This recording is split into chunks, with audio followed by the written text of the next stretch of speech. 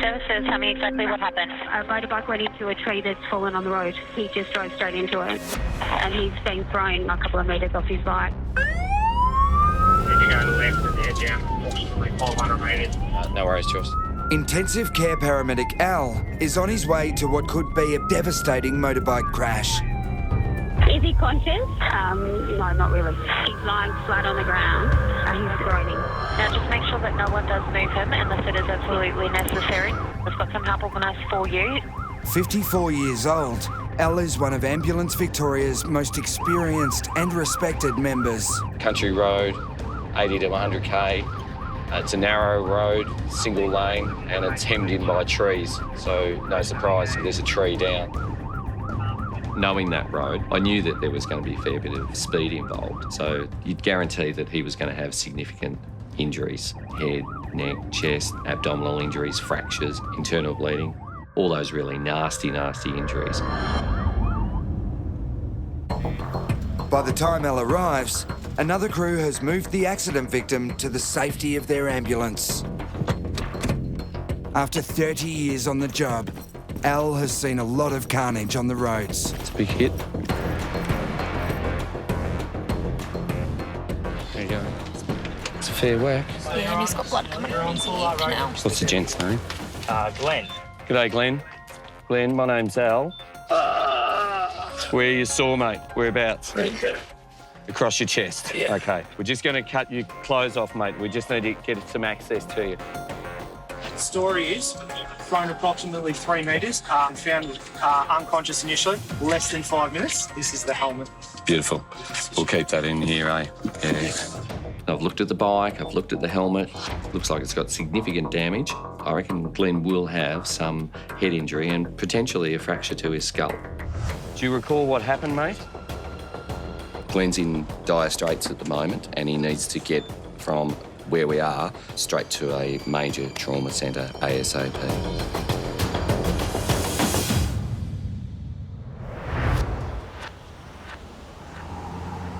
I've got a friend studying to become a paramedic. So, good job choice. Yeah, look, he's chosen well. Absolutely.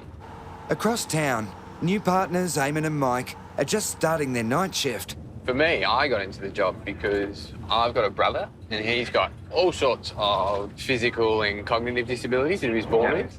His name's Emmett. There you go. Yeah. That wasn't so bad.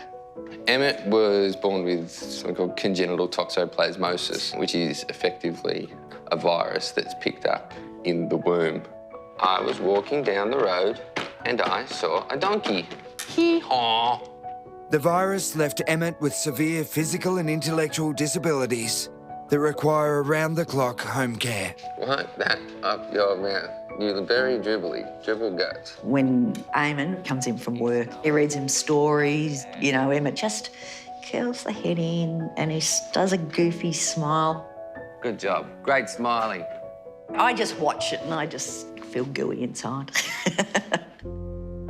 But there's been many times this close brotherly bond was nearly lost. When I was young, Emmett would get sick and it felt like everything was just falling apart. That's when we'd call the paramedics. And when they'd walk in the room, not only would I feel better, but I'd see Mum and Dad relax too. It was like, okay, everything's gonna be okay now. The paramedics are here.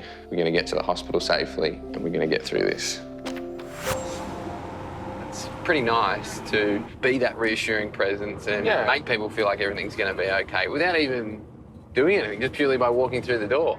No, that's really nice. That's good, because now, you know, odds on, we'll go to a job and this is going to sound really corny, but for some little kid, you'll be that person. Yeah, it's a bit daunting, isn't it? So no pressure. We're on. RC139, receive code 1. Moments later, it appears that call has been made. We are going to a patient who's unconscious after being assaulted. We've got 10 to 20 males hitting one male. They're still hitting him. The male is on the ground in the middle of the road, holding his head. Eamon and Mike are now being dispatched to help a teenager who's been attacked by a gang in Melbourne's west. Job, do we know if 56 are on scene and if it's safe for us to approach? I ask if the police are there because if it's not safe, we're not going in. If we get taken out of action, we can't help anyone else. They are definitely on scene, however, report 60 people. 139, Roger. We're 500 metres away. We'll come up with an early sit rep.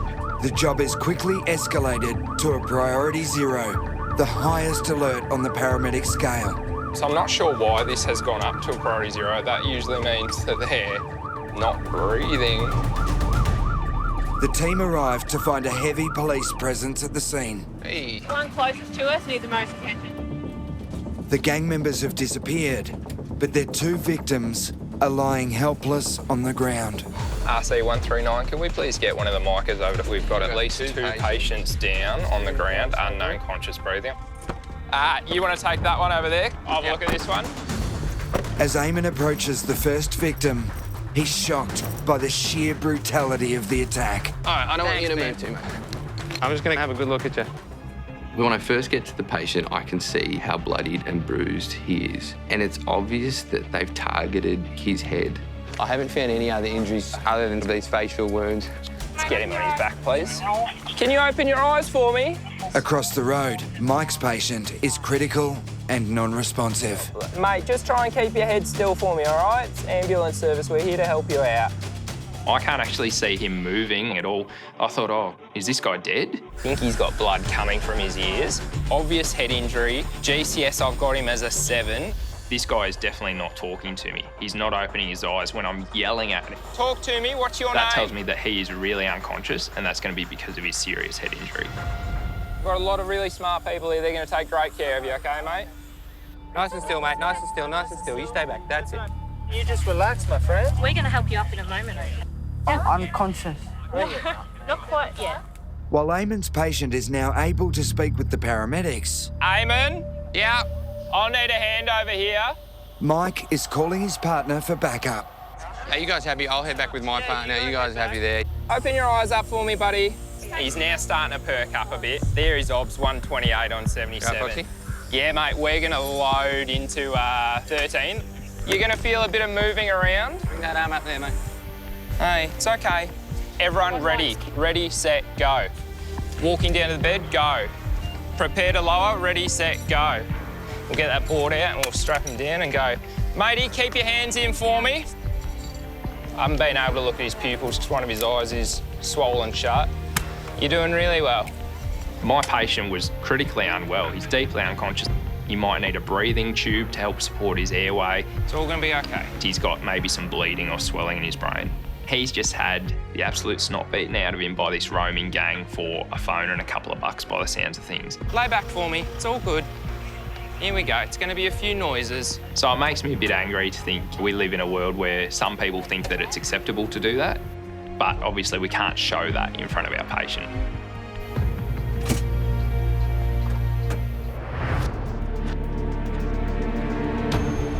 Do you recall what happened, mate? Can you recall what happened? Back at the scene of a high-speed motorbike crash, single responder Al is trying to find out the extent of 63-year-old Glenn's injuries. Glenn, I just want to feel. You saw here? No. Okay. Don't move your head, mate. In a moment, we're going to pop a collar on you. The Canadian tourist has been travelling around Australia on a solo adventure. All was going to plan until he hit a tree on the road and was thrown metres into the air. Just keep that arm nice and straight for me. With the huge impact and reports that he was unconscious for several minutes, the air ambulance helicopter is now on the way to airlift Glenn to a major trauma centre. Just don't move your head around until we get that collar on you, okay? I think Glenn is most likely to have a major head injury and also other internal injuries. So Glenn is so lucky to be alive and he's certainly not out of danger yet. How did I end up here? You hit a tree on the ground, Glenn. It was on the roadside. With a significant head injury likely, Glenn is now exhibiting worrying signs of confusion. I'm in Australia? Here you are. How did I get in Australia? You're here, Glenn. What year is it? I could hear this repetitive, where am I? What have I done? That can be very suggestive of a significant injury. I got some anaesthetic. That's all right. You can have the night off. So I'm really concerned for Glenn's condition. A lot of patients don't survive that sort of trauma. I didn't do it. No, you did nothing wrong, Glenn. Nothing wrong at all, mate. You don't have to worry about it. Unfortunately, the tree was obviously down and you didn't see it. Nothing to be sorry about, Glenn. They need that reassurance. No, mate. No, it wasn't your fault. You know, it's just a really bad accident and you're unlucky for it to happen to you. In my saddlebags is my plastic. As Glenn's condition is critical, his daughter Alex is now being alerted back in Canada. Happy to go, Tara, when you're ready. No worries, move off slowly. Oh, scared. Yeah, I don't blame you. I'd be a bit scared too, mate.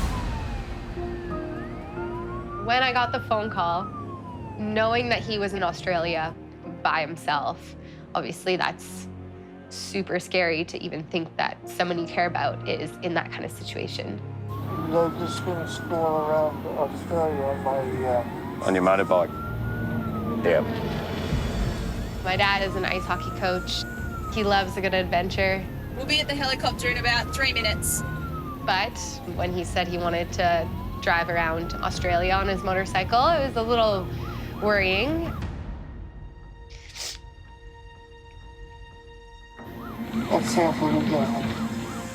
It's very unlucky, mate. Turning in now. Very unlucky. It's now just over an hour since Glenn's near-fatal collision. So we're just going to move around to a better access point. Thanks. As the helicopter lands in a nearby hotel car park, every minute counts to get Glenn to the hospital in time. Glenn could clearly have a major internal hemorrhage that we can't see. What's my blood pressure? Blood pressure is about 150, the high number. And that could be terminal for him. That could be the end.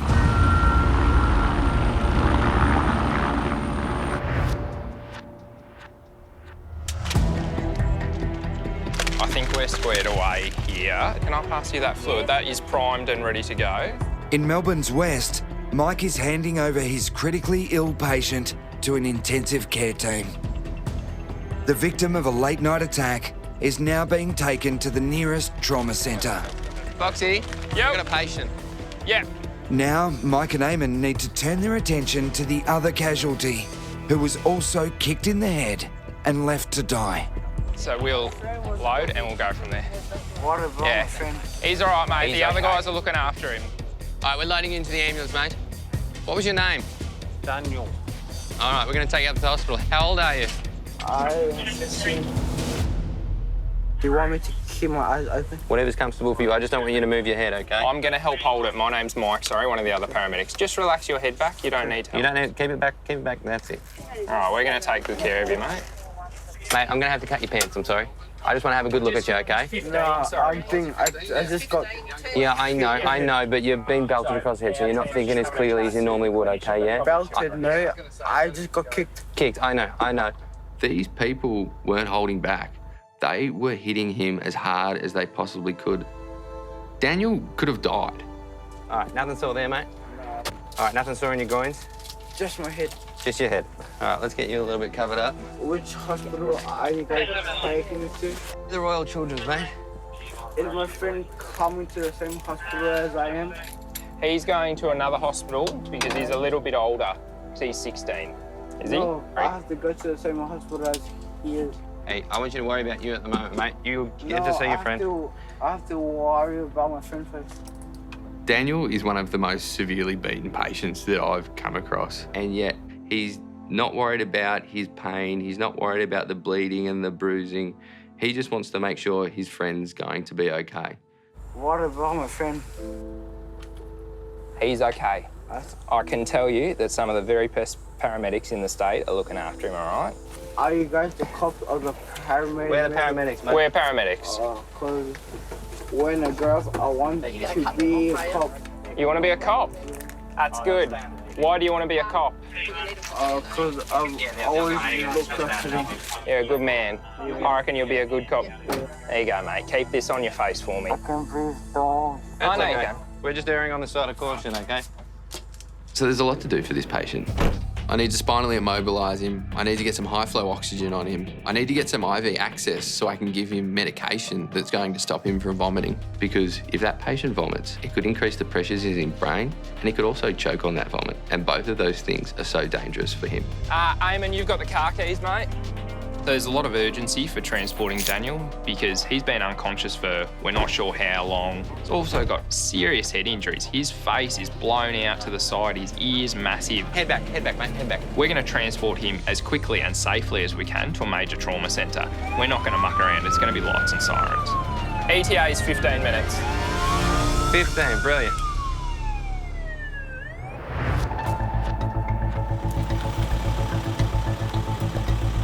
Glenn, how's your breathing now? Yeah, Okay. You're tired? Yeah. Motorcycle accident victim Glenn is about to be emergency airlifted to the Royal Melbourne Hospital. Glenn, just arms across your chest, mate. The 63-year-old Canadian ice hockey coach hit a fallen tree at high speed after an epic 26,000-kilometre adventure around Australia. How far am I from Belnary?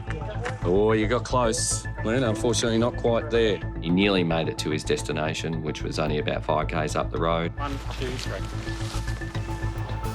And here he is, you know, on that fateful night where he's just struck a tree. And how random is that? Okay. He's starting to shake a bit and shiver, so... Is that all right, Anna? Yeah. Glenn's daughter Alex has been contacted and is arranging a flight from Canada to be at her father's side. It was always in the back of my mind that something could happen to him while he was on the road. You going up? Yep. And going through this, it was definitely scary. Definitely a bit of a realization of how precious life is and how quick it goes.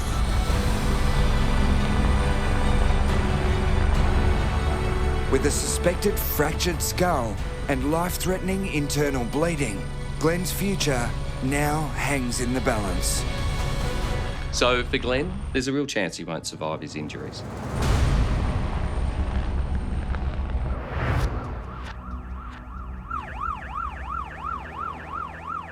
How's that pain? Are you sure I can't give you anything for it? No. Because you look pretty sore, mate. You've had a pretty significant knock tonight, okay? So I don't want you to be stoic. There's nothing wrong with saying, I just want a bit of pain relief, okay? Don't worry, I can take over it. All right. Eamon and Mike are transporting the brave teenage victim of a gang attack to the emergency department at the Royal Children's Hospital. 15-year-old Daniel may have serious head injuries after being kicked repeatedly. What happened tonight? I was walking with my friend, they jumped us. They just jumped you? Yeah. Did you do anything to provoke them, or did anything happen? They started kicking my friend, so I started carrying above my friend's face. So then I just got on top of him, and then I covered his face. He's jumped in to help his friends despite some overwhelming danger. I would go on and fight those people because we were getting kicked. And they just started kicking you. So what year? Are you in year 10 or 11? 11. VCE? Yeah. That's where it's getting hard, hey?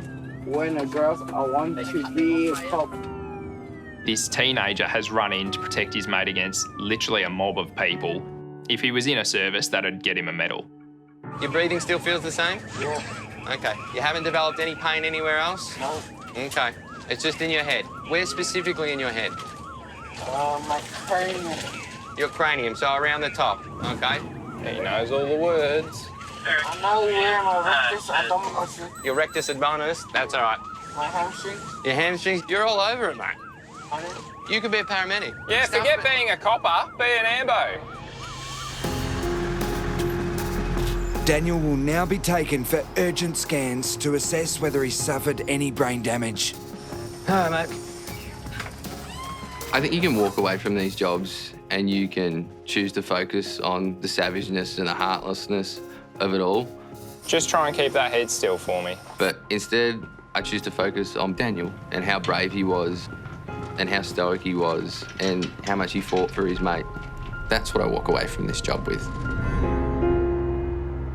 Man, when I went up to that guy, I thought he was dead. He was brutal. Disgusting. Daniel's, what, 15? He's just a kid. It's messed up.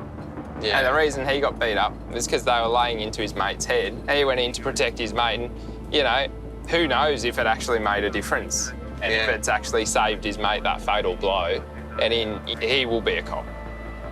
I don't reckon anything will stop that boy. Good on him. We need police like that.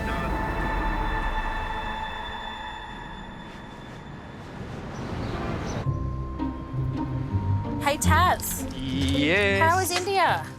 Oh, good. Yeah? Nice to see 1.3 million family members. So that was good. Good to see Mum and Dad. Yeah, awesome. That's good. It's a cruisy start to the day for work besties Amanda and Taz. They're on their first shift together after a long holiday. Do you want to pass me the glucometer and the... Oh, yeah, I've got 2 here. Yeah. Hang on. Whoa, look at that. He did it! Oh, congratulations. Thank you. Thank you so much. I'm so excited to share my amazing news with Taz. You know, we've just formed such a bond and we really care about each other. And he's kind of like my work husband, and now I get to replace him with the real deal. Did I tell you the 3 rings jokes? No. No? Oh, well, you entered the first one now. Uh-huh. So the first one is engagement ring, Yeah. which is you're engaged now. Yeah. Second one will be wedding ring, Yeah. which will come. And third will be forever, 3rd ring, which is suffering. And he's a plumber, isn't he? Yeah. You look very drained. Oh. Get out.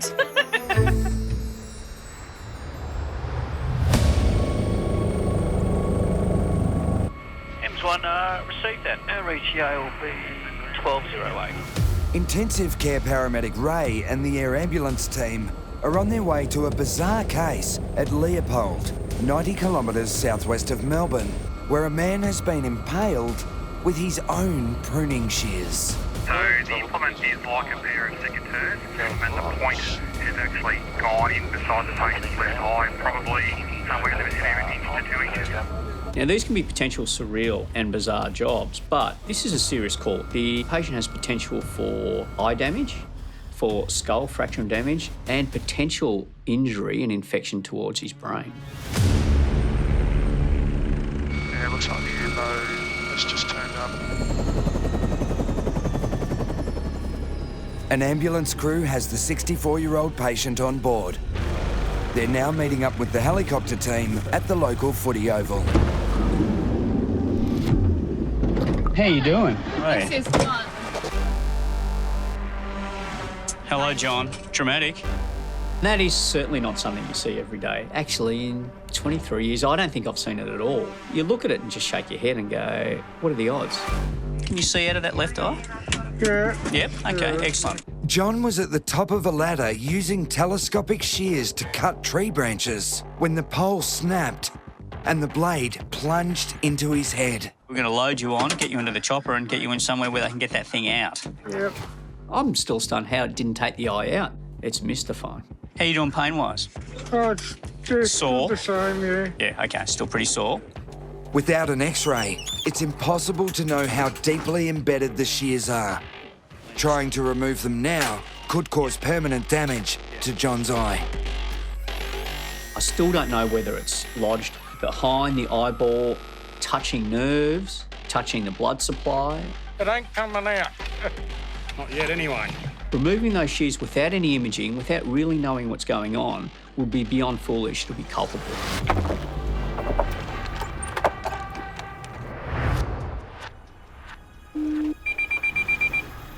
We are dispatched to a 70-year-old female.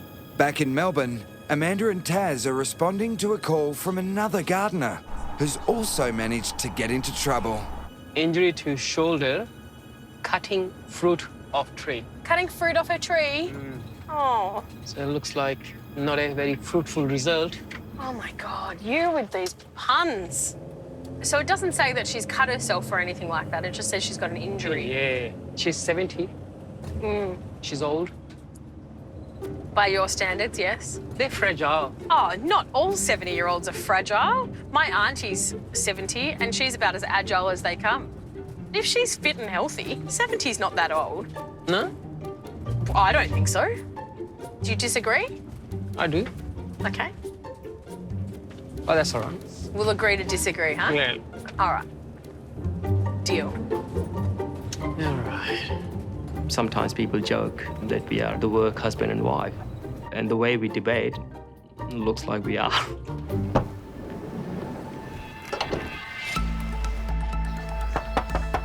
Ambulance. Hello. Not too bad. What's your name? Ivan. Hello. Anna, what happened? I've been outside Yeah? cutting branches of plums.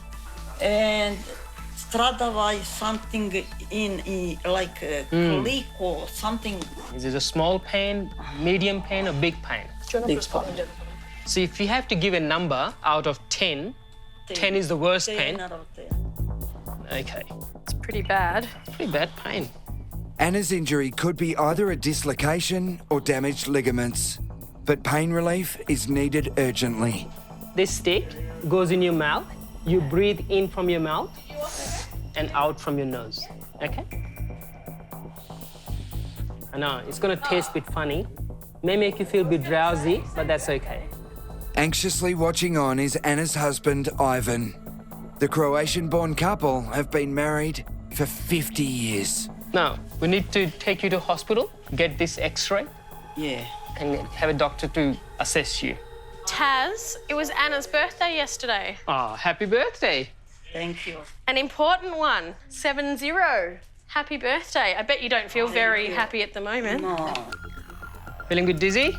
Anna should be surrounded by her family, having the best days of her life. The green stick is our birthday present to you.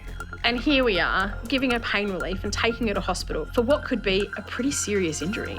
She looks far from comfortable, doesn't she?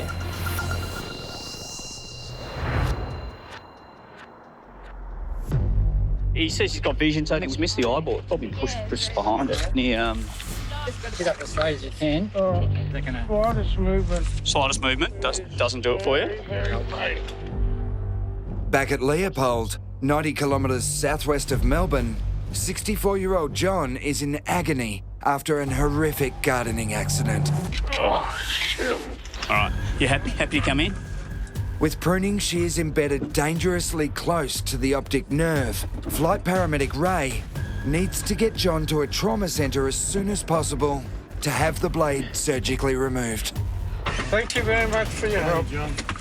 John's incredible, and he's stoic, and he's brave, and he's doing his very, very best to put on the bravest face for us. And he's doing it remarkably well. Can you pop the left eye open? Can't see out of it really, can you? Your eyeballs. Yeah. You can see pretty well? All right. Good part about that is it means your eyeball's good. Well, I'm very lucky. Yeah. Yes, in many, many ways it is true. I'm really lucky because it just about knocked me out, but I could tell I was going to fall over the fence. Yep, you managed to hold yourself. I managed to stay put. It will only be a 15-minute flight to the Royal Melbourne Hospital, but Ray is concerned the vibration of the helicopter could make John's injury worse. John, this thing's a lot of vibrations on takeoff. We're settling. Yeah, I know. And at the end, there's certainly a lot of vibrations as we're landing, okay? Helicopters, they're basically a bucket of bolts glued together, trying to shake themselves apart. They vibrate an awful lot. That's just the nature of what they do. Is that pressing on anything? No. There's small micro movements that, particularly in different parts of the flight, may get quite drastic and quite violent. That's not going to help where this shear's going to go because he's not going to be able to hold it. All right, start. He moves it a millimetre or two the wrong way, he could potentially lose his eyeball.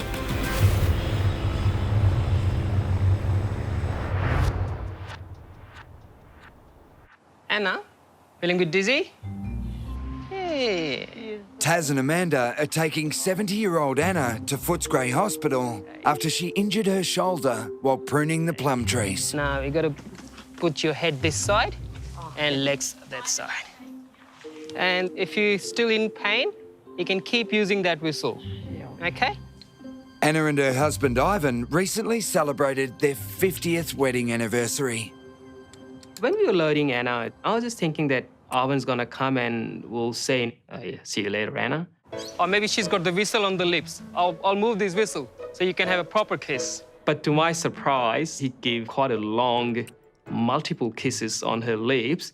And I thought, well, that's what I usually do in my dreams with Julia Roberts. Perfect target. Bullseyes. You two are so cute. Aww. She must be a very special lady. You're still in love with her. Yeah. After 50 years, if my husband loves me that much, I'm going to be a happy woman. All right, let's go. Okay, Anna.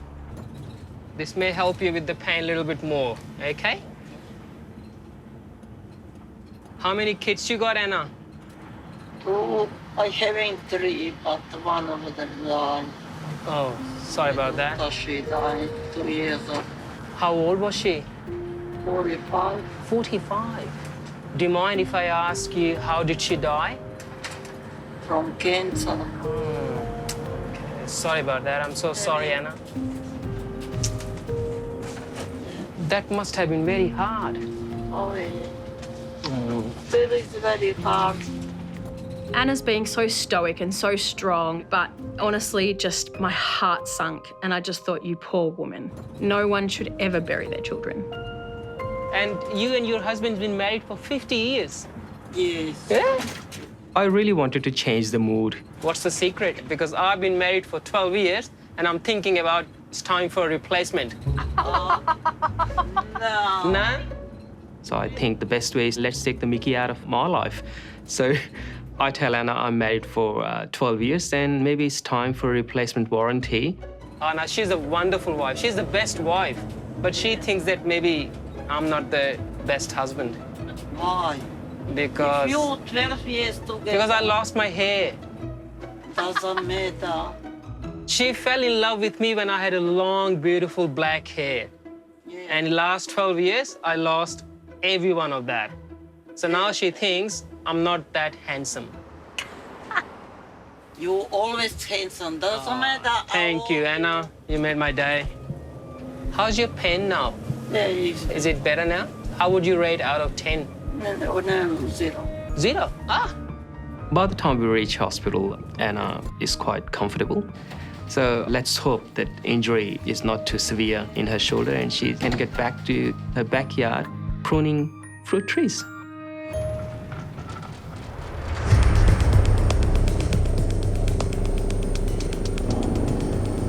Afternoon, Royal Melbourne. This is Hems 1 inbound to you.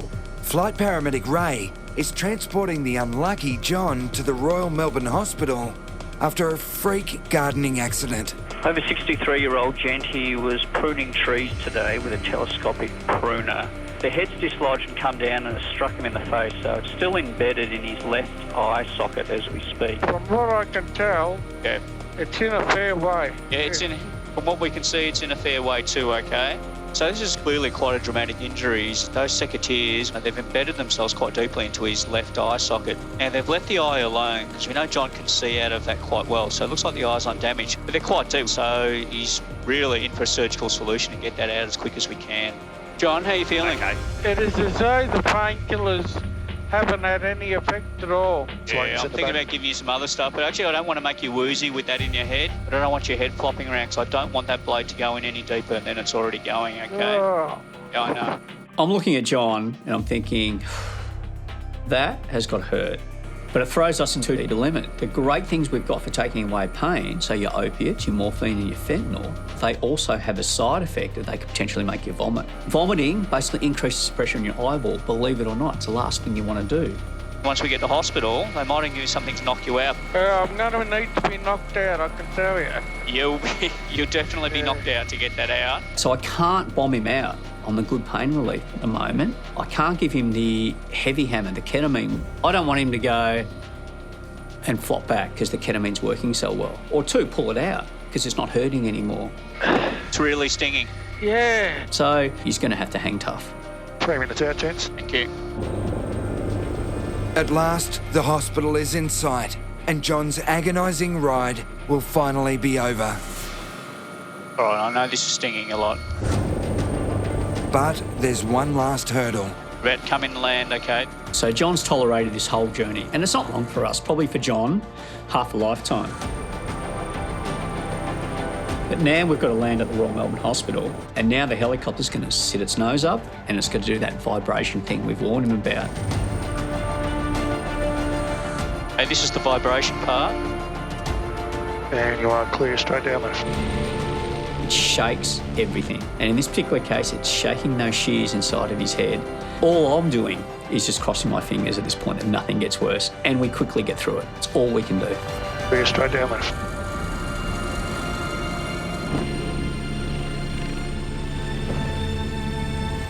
Well, John, okay? So they're off, they're off. That's hurting a lot. So landing at the Royal Melbourne, thinking probably hasn't escaped scot-free. He could have potential fractures, and he probably does. There's probably fractures behind the eye socket, potentially the cheekbone, potentially around the eye orbit. A few bumps, mate. That's right. Oh. But really, if John keeps his eyesight, today's actually not been too bad a day.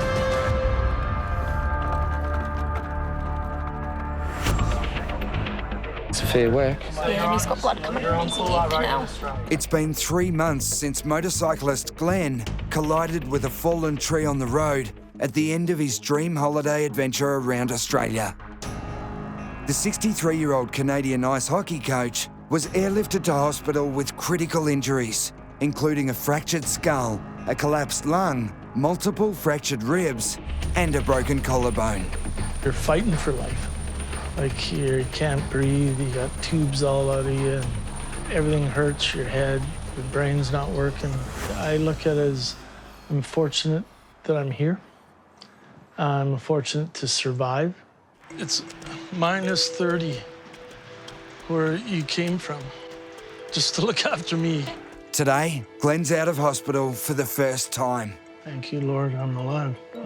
I'm super happy that you were given a second chance, because I don't know what I would do without you. Daughter Alex, who immediately rushed to Melbourne, has been by her father's side throughout his long recovery. Well, it is a tough way to get my daughter to Australia. For him, you know, alive and getting better, it's definitely, I'm so thankful for that. His accident was a bit humanizing, because, you know, Superman thinks, or realizes he's a human, and that he's maybe not 35 anymore. You want me to cut that asparagus for him? Yeah, that'd be great. When Alex arrived, it was a godsend. It was really emotional and heartfelt. She's been absolutely fantastic.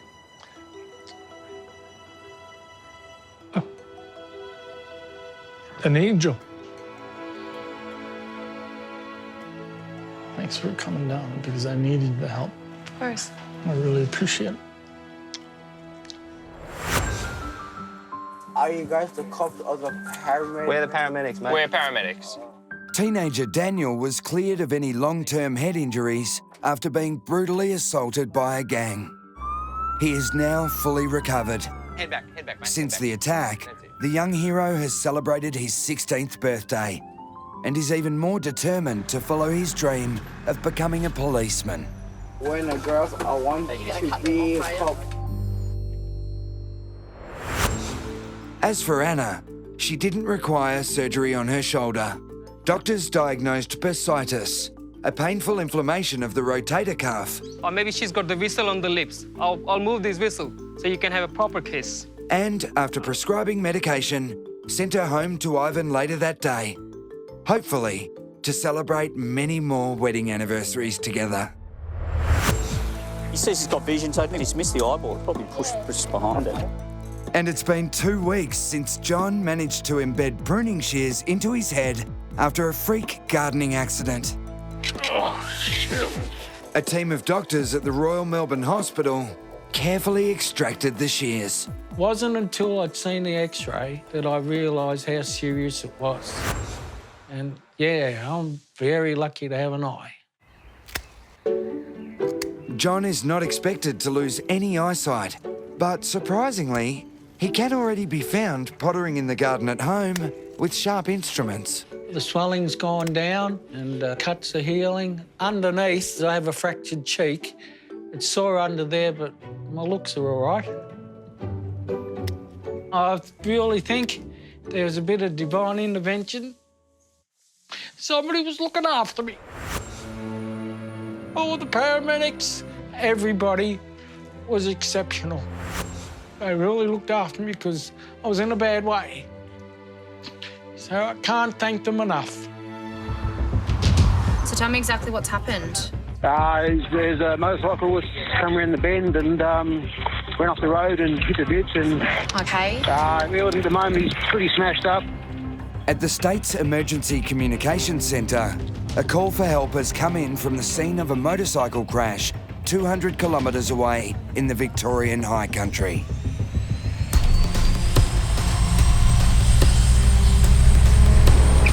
Intensive care flight paramedic Matt is now on the way with an air ambulance crew to rescue the motorcyclist. Fully departure, maintain up wind full advice, clear takeoff. Airspeed's alive, admitted. Okay, is he awake? What, he's awake yet? Yeah, okay. He looks in a bad way though. We'll keep the helmet on, okay? Maybe leave the helmet on. Leave the helmet on. Yeah. Don't do it. Yeah, just loosen it. The accident victim reportedly has a collapsed lung and is in danger of going into respiratory arrest. We suspect that perhaps a broken rib has punctured the covering of his lung, allowing air to come in around his lung. And the only way to relieve that is by putting a hole into the chest to allow that built-up pressure to escape. If you don't allow that to happen, that person will go on and die. Dust everywhere. The helicopter is landing at Mansfield Airport, where the road crew is waiting with their critically ill patient for Matt to take charge of the situation.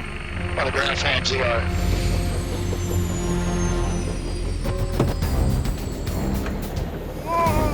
What's going on? So I've got Gavin here, he's 57. Gavin was riding a motorcycle approximately 80 kilometres an hour. Failed to negotiate a bend. Gavin was taking part in a charity ride when he lost control of his bike and crashed into rocks. His son Billy was travelling ahead of him at the time of the accident.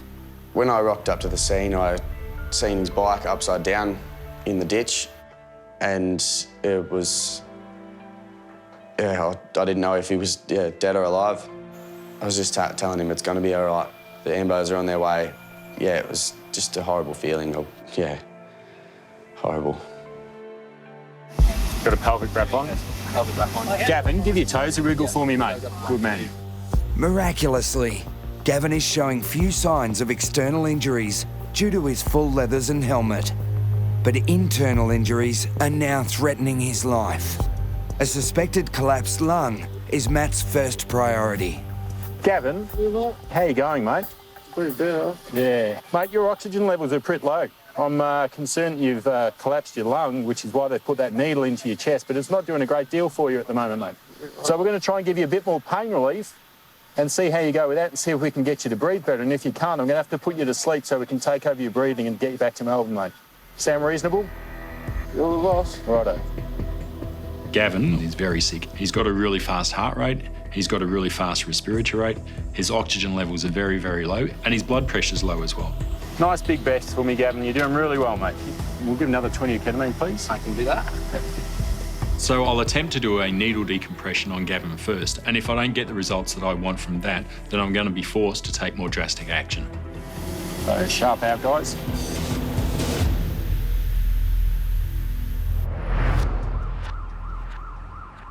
You need to move. You need to move. Thank you. In Melbourne's northwest, Amanda and Taz are responding to a Code 1 paediatric case. We have been dispatched to a 7-year-old female fallen to the ground while roller skating. Poor little girl. So obviously we have to worry about her spinal. Absolutely. She's fallen straight on her coccyx bone. When a paediatric job comes through and it sounds very serious, obviously all of our stress levels increase significantly. You know, my daughter, she does gymnastics. The minute she's heard, you know, there's paramedic. It's a different story, isn't it? Yeah, I'm not a paramedic anymore. No, you're dad. I'm just that sucky dad. Yeah. You know? This girl has fallen on concrete, and sometimes the impact can result in injury to their legs, to their back, and most importantly, to their spine and head. You don't want to snatch the childhood from any child because of these kind of injuries, because that can have quite a detrimental, life-changing event in any kid's life. So we've got Madison here. Hello, Madison. So tell me what happened. I was riding on my skate Yes? and then I fell on my bum. You fell on your bum. Did you hit your head? No? Now I'm gonna feel your back. Let me know if I hurt you anywhere, okay? I'm gonna start with your head. How old are you? 7. 7? Hey, I've got a 7-year-old at home. Her name is Anya. It hurts there, where my finger is. On assessment, we discover that Madison has some neck pain and some lumbar pain. This is concerning to us as we're thinking, oh, maybe she has done some spinal damage here.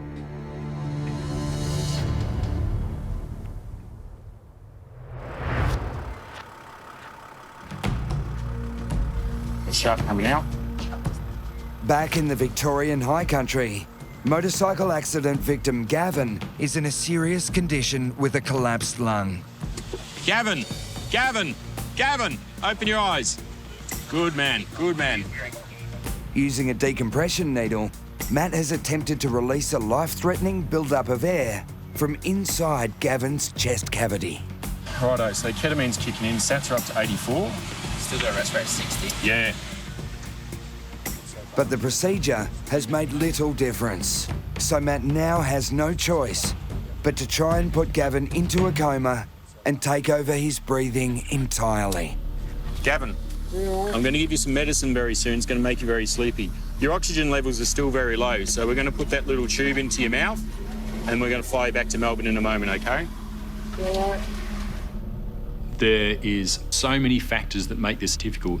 I know that as soon as I take the mask off and he stopped breathing for himself, his oxygen levels are going to rapidly deteriorate, which could lead into cardiac arrest. So we've got to perform this procedure as quickly as possible. Just lifting you up, bud. Sorry, bud. Yeah, you're all right. Okay, I have the ketamine. Yep. So 2 mils, 20 milligrams. 1, 2. Is everybody ready? Yeah, we're ready to go. Right. If I don't get it right at this point, you know, the consequences are going to be dire. So we need to get it right the first time. Just get ready.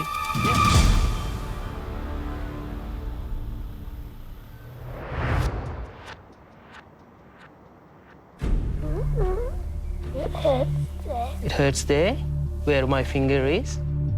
In Melbourne's northwest, Taz and Amanda are examining 7-year-old Maddie, who landed heavily on concrete after she fell off her roller skates. Any pain? She's in severe pain, and they're worried there could be damage to her spine. It's hurting, yeah? Okay. While we were assessing Madison's spine, straight away she felt tenderness, and I looked into Amanda's eyes and we both agreed, yep, that's something serious. Can you feel the tickle? Is it the same in both legs? Okay. Although Maddie does have sensation in her arms and legs, the pain in her neck is still a major concern. So you don't move, okay? Try not to move your head, neck, everything, okay? Just stay still. So we'll take her to Royal Children. Yep. All right, Madison, I'm gonna give you a little medicine which is gonna help you with this pain. Take a deep breath. Keep doing that. Good girl. So the challenge now for Taz and I is to move Madison from the couch onto the stretcher. Just stay there for me, Madison, nice and straight, okay? I'm just going to hold your neck, okay? On 3. Can you tuck this arm underneath you? Any movement with a spinal patient can cause what we call secondary spinal injury. So it is pivotal that we move this girl with the utmost precision. It's okay, sweetheart. You're okay, darling. It's all right, darling. Use this stick. Use this stick. There you go. Good girl. She's distressed, she's crying, she's upset, she's in pain. All right. Is it hurting? Yeah. And on top of that, we got this awkward extrication from couch to the stretcher. It's okay. You're okay.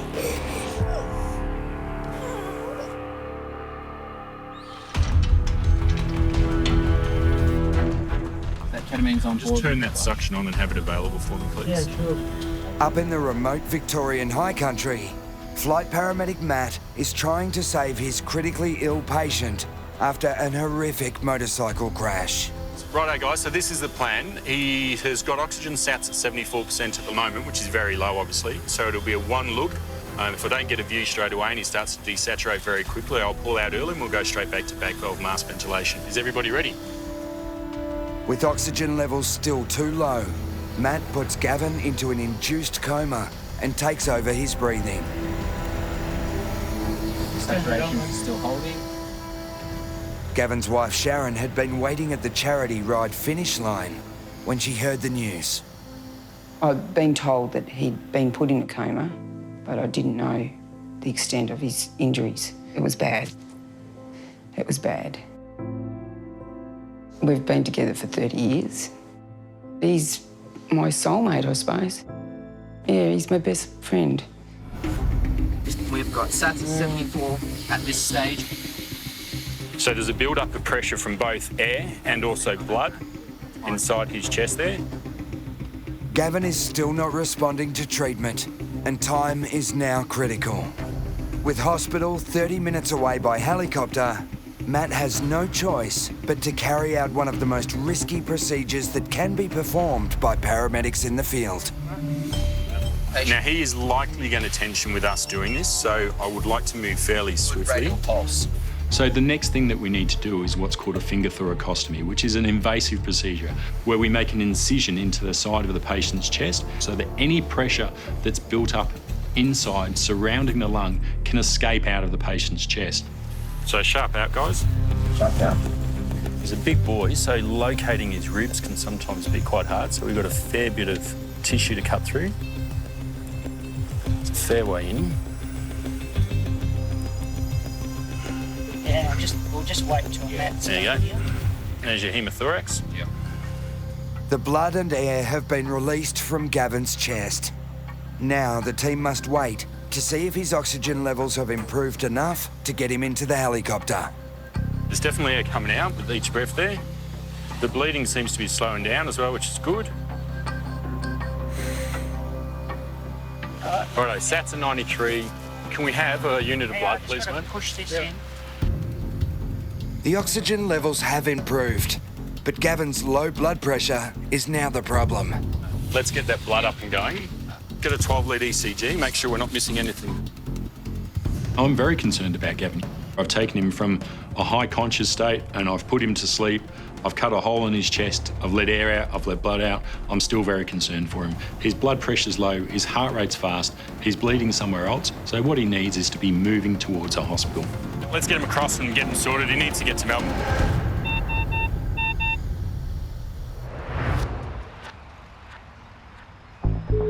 Emergency services. Tell me exactly what's happened. My daughter's in labour and she's trying to push. In the Emergency Communications Centre, an urgent call is in progress from the Mornington Peninsula. The woman is worried her daughter is about to give birth at home. And how many weeks pregnant is she? 38.2. Okay, and is she having contractions? Yes, she is. A couple of kilometres from the caller and her pregnant daughter, single responder Cam is sent to assist. So 38 weeks gestation, imminent delivery, 30-year-old female. We're right on top of this one. Not really going to have much time to think about it. Unbeknown to Cam, the patient's labour is rapidly progressing. Now, the ambulance has been arranged for her. Where is she now? She's in her own place. Okay. Blood is just broken. All right, your husband's just arrived home. Good. Joel, just put some towels on the floor. You right, bud? 64. We've got 61. 61. It's all right, Bubby, you're fine. The ambulance is coming. She's starting to push. Okay. Paramedics sound like they've just arrived. All right, good. She can feel it crowning. When you're going to somebody in labour, you're thinking, oh, is it complicated? How many births have they had? Is it twins? Is it triplets? Is it a breech birth? Who am I here to see? Krista. She's crowning. Yep, won't be a tick, mate. I'll just grab some gear. A crowning baby can be just seconds away from birth. Cam has no time to lose. Paramedics are here. You just let me know when they're inside. They're walking up the driveway. So where's Krista? Through to the right. Round, it's starting to come through. Oh, good on you. Hi, Krista. First pregnancy, second pregnancy, second. Are you having regular contractions? Yes. At this point, there's no getting out my equipment or getting ready. You try and put on your I'm not concerned face, but there's a million things running through my mind. Where's Dad? Can we get a couple of other towels? Breathe, breathe, breathe, breathe, breathe, breathe. That's all right. I'm pushing. I'm pushing. Do you have to push? Yes. Okay. Breathe, breathe, breathe, breathe.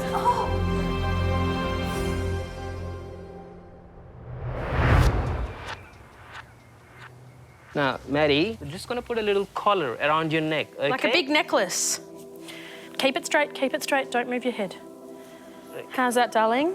It's okay, don't move your head for me. Try not to move your... We've got to use our words because you can't use your head, okay? Good girl. 7-year-old Maddie has fallen over while roller skating and is still in severe pain. Just keep this leg straight. Okay. Good girl. Good. Taz and Amanda fear she has damaged her spine. Well done. That was like a slide. How was that? Yeah? Madison's mum, Susan, and dad, Greg, are still in shock. As a paramedic, I would love to say to any mum and dad, look, everything is okay, but sometimes it's not possible because you don't know whether that's the case or not. This is a bit of a weird adventure, isn't it? That's it, thumbs up. I'm happy with that. If you don't want to talk, thumbs up, but let's keep this head nice and still, okay? Hey, Oliver, can you pass me that bandage? Oh, such a good helper. We've employed some help of young Oliver, Madison's brother. He's really concerned about his sister. Okay, here we are, Maddie. Ollie, do you want to go up and give her a kiss? Let's hope this kid, even though she's fallen, she's hit the concrete, but let's hope she hasn't done a major damage to her spine. All right, we're ready to go. Happy to roll? Yeah. Now, Maddie, you let me know if at any stage your pain gets worse. Okay? So we can give you more spray. Well done. Thumbs up. Perfect. Your brother looks very concerned for you. Looks like a lovely young brother, yeah? Okay. That's one thumbs down. He was smiling when I got it. Okay. Well, that's not very nice. He was laughing and he was clapping his hands. No, he wasn't clapping his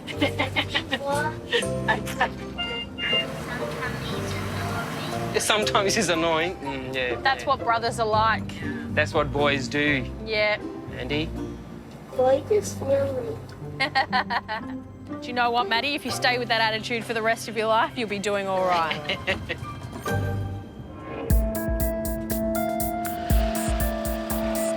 Taz and Amanda have done their job helping Maddie forget about her pain. We're at hospital. But Mum Susan won't be able to relax until she knows whether there's any long-term damage to her daughter's spine. This is the special ambulance entry. Only special people get to come in this way.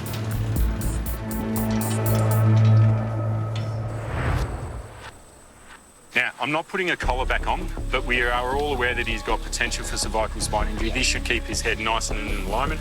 All right, guys, someone needs to hang on to the butt and someone needs to take control of the monitor. At the Mansfield Airport, flight paramedic Matt is satisfied his critically ill patient Gavin is stable enough for the 30-minute helicopter trip to Melbourne's Alfred Hospital. You right to go? Yep. He's still critically unwell at this point, and so I don't want to hang around at scene. The patient needs to be in hospital with surgeons standing over the top of him. Can I just get someone to be in charge of squeezing this blood for me, please? As well as a collapsed lung, Gavin's blood pressure is dangerously low. Let's get him in and get him on the ventilator. Matt also suspects the 57-year-old could be bleeding internally from his high-speed motorcycle crash. So we need to get the fudge out of him. He's been here too long now. We just need to squeeze that blood into him as much as we can for the moment. Keep an eye on his SpO2, keep an eye on his blood pressure.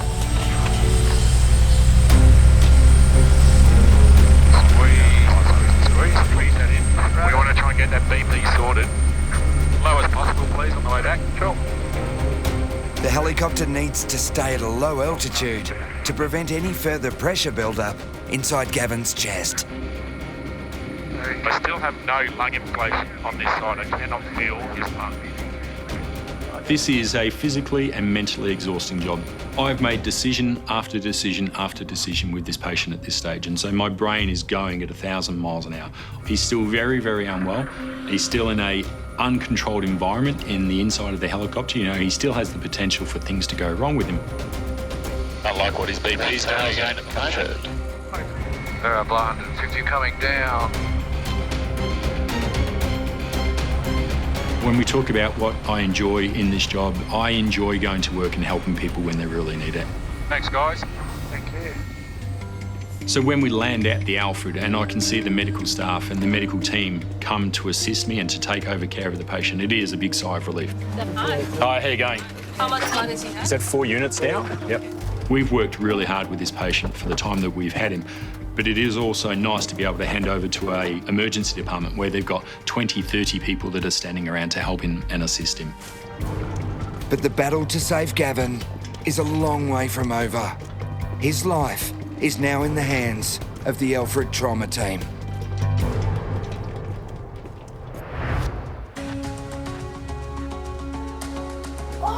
Where's Dad? Can we get a couple of other towels? Breathe, breathe, breathe, breathe, breathe, breathe. Are you having regular contractions? Yes. In Mount Eliza, single responder Cam has just arrived to help second-time mum-to-be Krista give birth. Krista's mum Joyce called paramedics when she realised it was too late to get her daughter to hospital. She was having contractions probably 4 to 5 minutes apart. She sort of started increasing, but certainly wasn't concerned. And so then she said, no, I'm going to push. I'm going to push now. And then she said, call an ambulance. So for her to know that, I thought we're in trouble. That's all right. I'm pushing. I'm pushing. Do you have to push? Yes. Okay, that's great. That's great. Well done. Nice and easy. Nice and easy. That's the way. And rest, rest, rest, rest, rest, rest, rest, rest, rest, rest, rest, rest, rest, rest. Breathe, breathe. Baby's coming. That's all right. There we go. There we go. There we go. Little girl. Eh? Where's Dad? Yeah. Come in, mate. The girl. How quick was that? There you go. There you go. Hey, congratulations. Thank you. Yeah. Hi, darling. I've done about 3 births, but most of them, as I arrive, the baby's just delivered. So this is probably my first real catch. What's her name? Emily. Everly. Yeah. Lovely. Lovely. Okay. I'm going to clamp. Well done, you. Do you want to cut the cord, John? Yeah, I'll do it in hospital. That'd be great. Couple of times. That's the way. Well done. Good on you, mate. Yeah. Thank you. Here's baby. Just wait till I got her. Yep. Great. Everly's crying, so I'm happy that her colour's improving. The family looks so happy straight away. And look at my granddaughter. Hey, precious. Oh my God, she's got lots of hair. Everly's well, and it's just a matter of bringing Everly's little brother in and getting them to meet each other for the first time now. Hudson, look. Hey, look at all the babies. There's your little sister. As Everly gets to know Dad Joel, Big Brother Hudson and Granddad Glenn, Cam stays with Krista. Do you feel the urge to push or anything? Just one baby? Got to ask, got to ask. He's still waiting for her to deliver the afterbirth, or placenta. Lots of water's coming out. Yeah, you've got a little bit of blood coming out. I'm going to monitor Mum, so maybe just a BP cuff. I haven't forgotten that now I've got 2 patients there. I've got newborn baby that I've got to keep an eye on, and I've got Mum. I'm just assessing that bleeding, right? So you're just bleeding a little bit. Normally the body is able to control the bleeding as the placenta releases from the uterus, but if it doesn't, Krista might need my attention very quickly.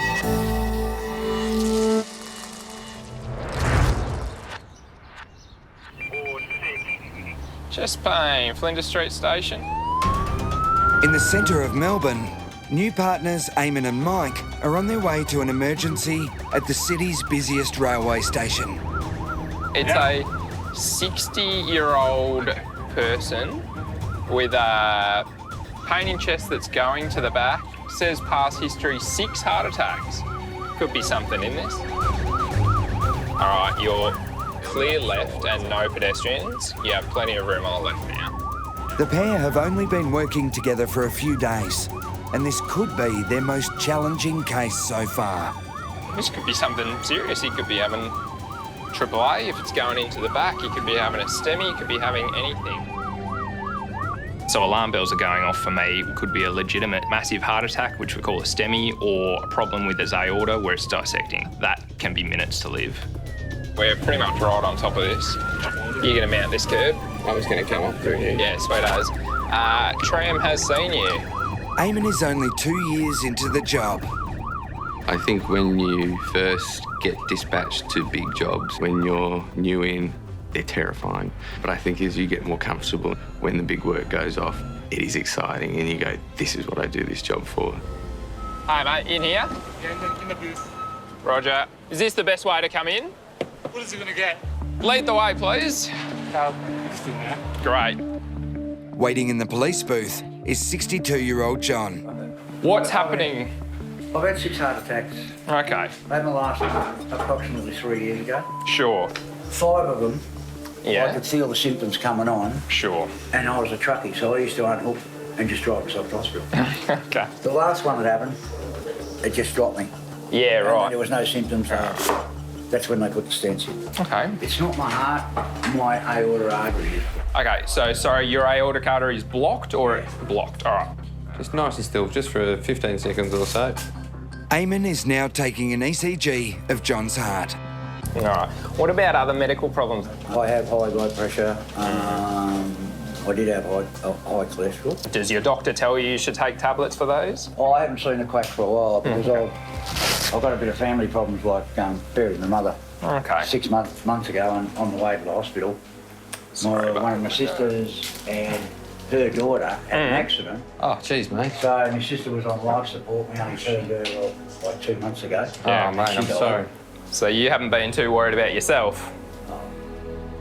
Unfortunately, we hear a lot of sad stories in paramedicine, but John definitely strikes me as someone who's had a really rough go. So your heart tracing looks suspicious to me that you may be having another heart problem? So his health has really taken a back seat, and today I can see that it's caught up with him. Can you tell me a bit more about this pain in the chest that's going to the back? It's not in the chest, it's in the back and it's like indigestion pain. Because his pain's going from the chest into the back, and he mentions to me he's had a problem with his aorta in the past, I'm now more suspicious that maybe he's having a dissection or a tear in that major blood vessel, which is critical. John, your blood pressure indicates to me that I think you're having a problem with your aorta that is very, very serious, and we need to get you to the hospital pretty quick stick, so I'm not going to muck around. John could die. He needs to get to the hospital.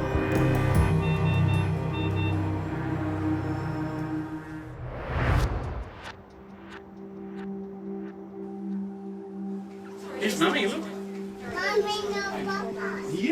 Go in and see the new baby. Back in Mount Eliza, a remarkably relaxed Krista is now bonding with her new baby. It's only been minutes since Everly's dramatic arrival on the bathroom floor. While Krista is still having tiny bleeds, Cam is happy for her to show off the new arrival to the rest of the family. They desperately wanted a girl, so she's very, very, very happy. Her colour's great. Yeah. Oh. It's not often that you get to hold a newborn. That was my first cuddle with Everly, just enjoying the moment. Look at you.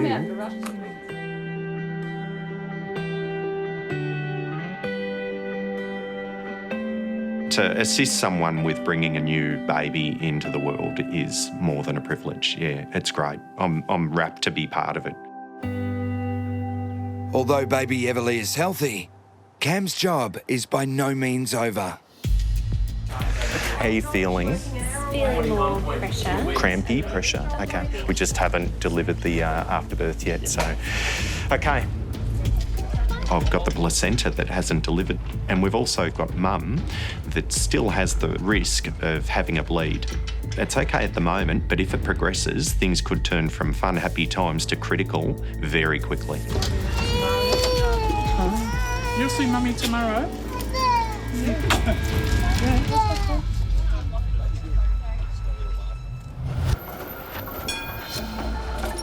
Your blood pressure indicates to me that I think you're having a problem with your aorta that is very, very serious. At Melbourne's Flinders Street Station, Mike and Eamon are worried their patient is in a critical condition. It's really this back pain, unequal blood pressures that we're worried about, isn't it?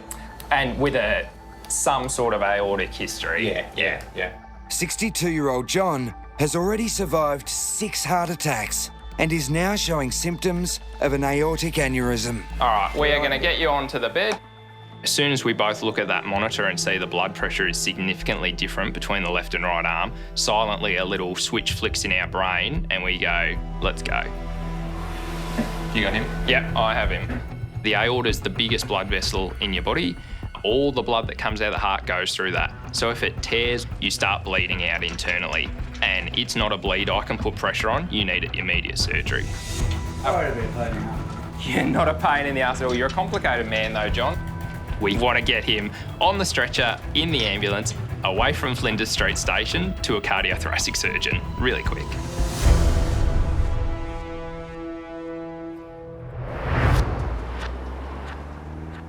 In Mount Eliza, little Everly is on her way to hospital with her own personal photographer. You'll love these photos when we get there. Yeah, you'll be like, oh, do you remember that? Yeah, it's good. The newborn baby is looking great. Very good, strong heartbeat. But Cam's keeping a close eye on Mum, waiting for her to deliver the placenta. Krista is still losing a small amount of blood. Can you feel any more fluid loss? Trickle, contraction. Okay. It's not abnormal for the placenta not to deliver straight away. It can take a little bit of time. So it's a matter of just monitoring the bleeding, and as we get to the hospital, there's nothing else to really do. They're in very safe hands. Okay. If needed, midwives will administer medication to help Krista deliver the placenta. I think that once the adrenaline of everything that could go wrong hasn't gone wrong, then you can really digest and think about what just happened. You know, they've let me help them bring new life into the world, and it's an amazing experience.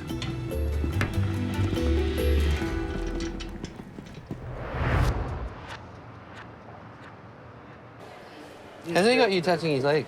Sorry? Has he got you touching his leg as well? I thought it was just me. You're not that special. All right. In the city, Mike and Eamon are trying to keep their patient relaxed, but they are acutely aware 62-year-old John could be suffering a potentially fatal aortic aneurysm. All right, so I'm going to pop a little needle in your arm. Right now, however, their patient seems more worried about intravenous pain relief. All right. I've got a paranoia about I could never be a junkie. You don't like needles? I don't like them, but I won't. I'll try not to sit with them. All right, my friend. Borrowing your arm. It's going to be a sharp scratch. Yep. Big breaths. Ready, set, go. We'll do a cigarette when I get you. Okay. It's really important that you stay still, mate. I need you to Sorry. stay. That's all right. It's quite a classic situation. Older, trucky sort of bloke. You know, oh, the pain in my chest, it's nothing, mate, I'm all right. As soon as I get a tiny little needle out to give him some pain relief, nah. Okay, the needle is in. But there is some good news for John. Oh, mate, that left side of BP is now 180. It looks like that blood pressure reading that was quite low was just an outlier, so that's good. Are you good to start moving? I don't know. Yeah, man, just gently. It'd be great, thank you. On reassessment of the blood pressure, it's actually within the normal range. That could mean to me that it was just a false reading, it was a one-off, but I'm still concerned that the worst thing that could be happening to John right now is an aortic aneurysm. If it's just back pain, great. If not, we're getting him to the right spot pretty quickly. What number would you say your pain is on that 0 to 10 scale? Oh, about 3. About a 3. It's just there now nagging. Yeah. That pain relief will start to kick in a minute or so. And we're just around the corner from the Alfreds. This afternoon and this evening in the hospital is all about you. Let's get you squared away, because you're no good to anyone if you're in the ground. So I'm going to do everything I can, and these guys will do everything they can to keep you around. I know that, and I appreciate it. Good man.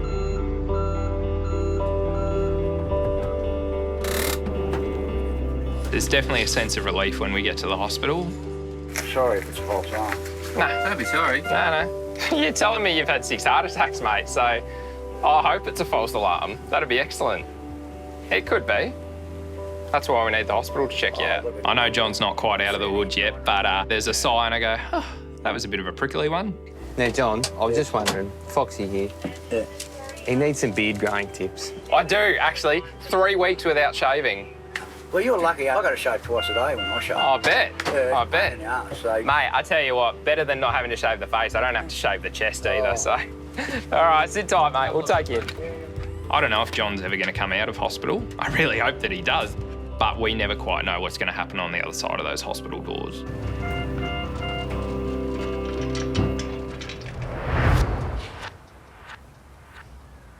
Seven. No. Yes. You can't eat 7. Yes, I can. 4 weeks after her fall, and it's happier times at home for Maddie. The 7-year-old had crashed off her roller skates, landing badly on concrete. Is it hurting? Yeah. Luckily for Maddie, there was no spinal damage, just severe jarring and bruising of her back and neck.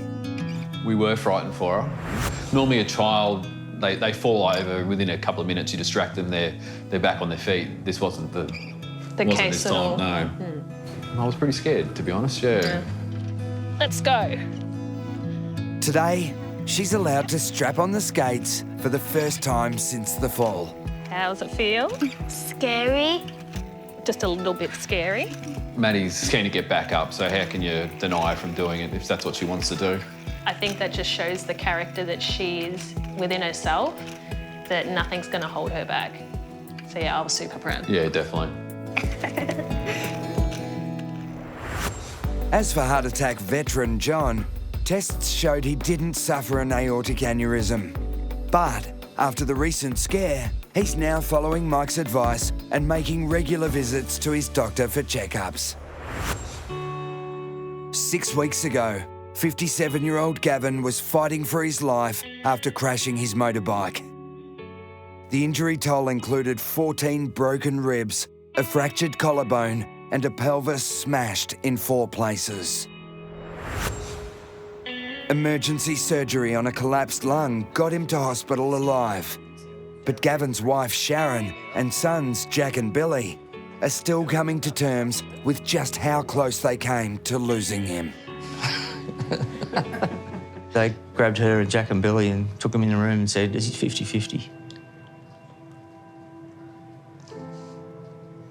When the doctor said that it's touch and go because he's so broken, I just thought, what am I going to do without him? Life won't be the same. That's what I was thinking. Yeah, it's hard for them. But I'm here to tell the story.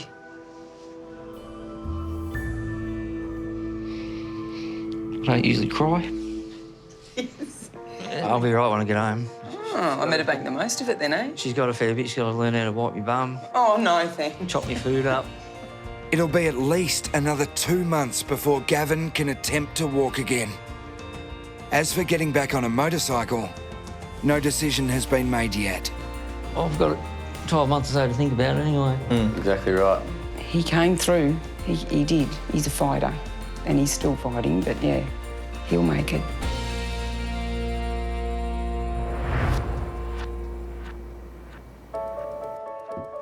Eight weeks since their first rushed meeting, single responder Cam is back at Krista's house. Hello. Hi, Krista. How are you? For a visit of a much more relaxed kind.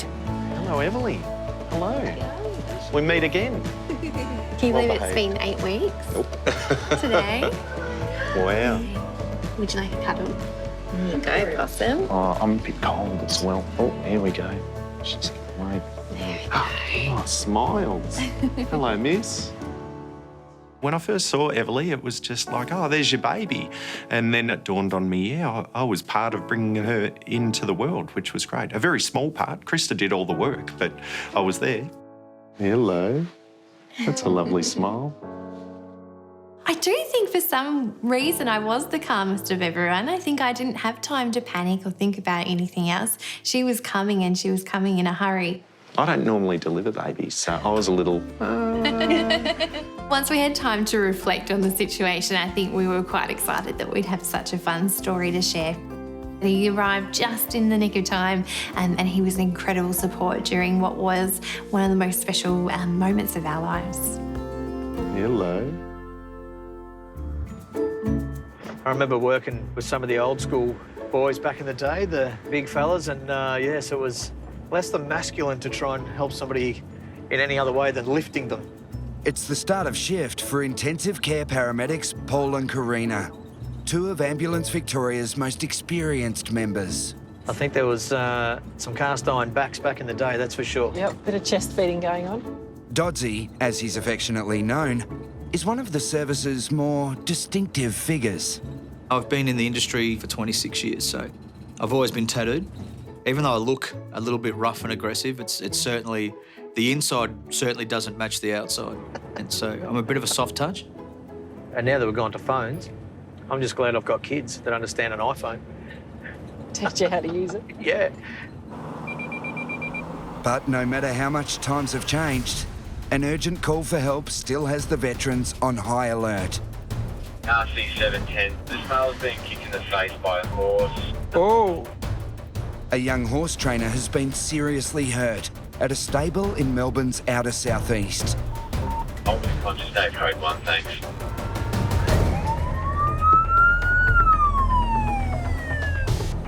At Victoria's Emergency Communications Centre, call takers are still speaking with the man's worried workmates. Is there any serious bleeding? Yeah, he's lost a bit of blood. I can follow the trail of blood. He's walked. Okay. Is he unconscious at the moment? He's just lost consciousness. He's in and out real bad. Okay. RC 710, this case has been upgraded to a priority 0 patient now unconscious. Boom, boom. 30 received. An ambulance crew has just arrived on the scene and is requesting help from the intensive care team. So significant blunt force to his face, query jaw, query nose, lots of blood, altered conscious state. So it sounds like some decent facial trauma. The 30 we've arrived. Want to go up to the other ambulance where exactly it is? Absolutely, mate. Yeah. I'll run and you follow me? Right around the other side of the No car. dramas. It's quite a big horse complex and there's driveways going in every direction, so a young man runs along in front of the ambulance and guides us.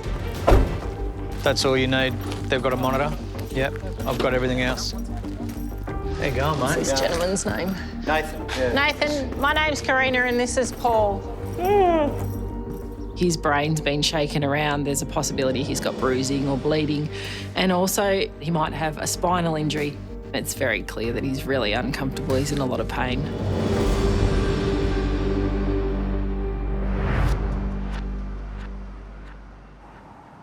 In the city centre, things are also getting a little tense for regular partners Taz and Amanda. Taz, seriously, enough. Enough. This chewing gum. Yeah, it's not the chewing gum, because 30 seconds after we got in the car, when you had no chewing gum, you started burping. The best part about this job is the fact that you form relationships very quickly with your partner. But this man sitting beside me is just winding me up. So I just laugh it off and let it happen. I don't think I can roll my eyes any louder.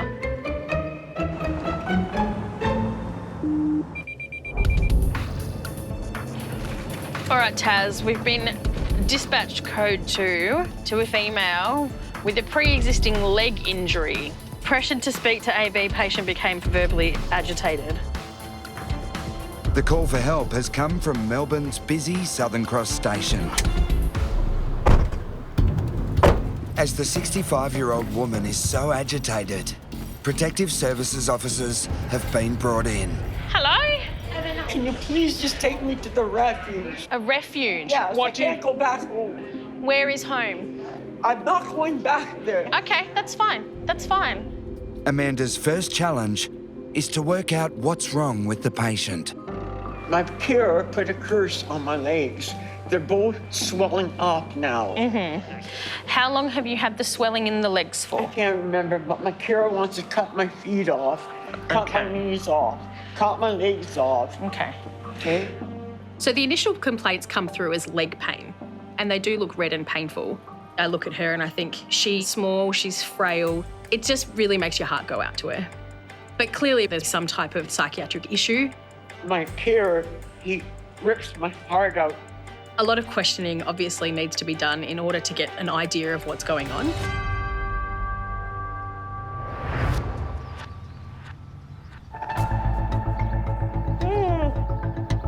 You're right. Back in the outer suburbs, Karina and Dodsey are with 31-year-old Nathan, who's been kicked in the face by a horse. Any medical past history for him? No diabetes, no asthma, not any permanent medications for anything. Is he allergic to anything? Not at all. No worries. When I first see Nathan, he's done quite a bit of damage to his face. Superficially, it looks bad, but you can never quite tell what's going on, you know, under the skin. I notice one of your eyes isn't opening as well as the other one. Okay. Is it sore under this eye? Yeah, let's do this. I'm going to pop a drip in your arm. I'm going to give you something for the pain. Stables owner Ted hasn't left Nathan's side. He knows just how dangerous working with animals can be. Well, they're only baby horses. You've got to be very, very careful with what you do. They haven't been handled a lot and they're, you know, pretty flighty. So you've been kicked in the face, so that can be fatal. Give that pain a number out of 10, mate. I can tell you. Let's just get some pain relief on board first. That's all right. You're right. As soon as Nathan's pain is under control, the team must get him to hospital urgently. Otherwise, his injuries could become life-threatening. His jaw is clearly fractured and dislocated. His face is smashed in. He's already got airway swelling, and I'm concerned that it will close over and he won't be able to breathe. We're just going to put some morphine on board now, okay?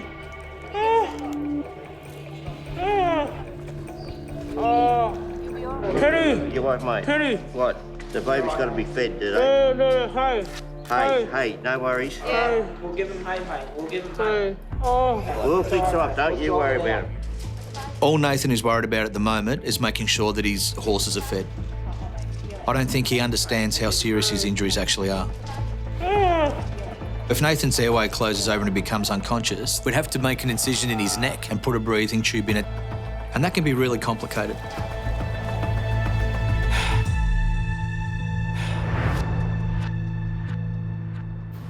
My carer, he rips my heart out.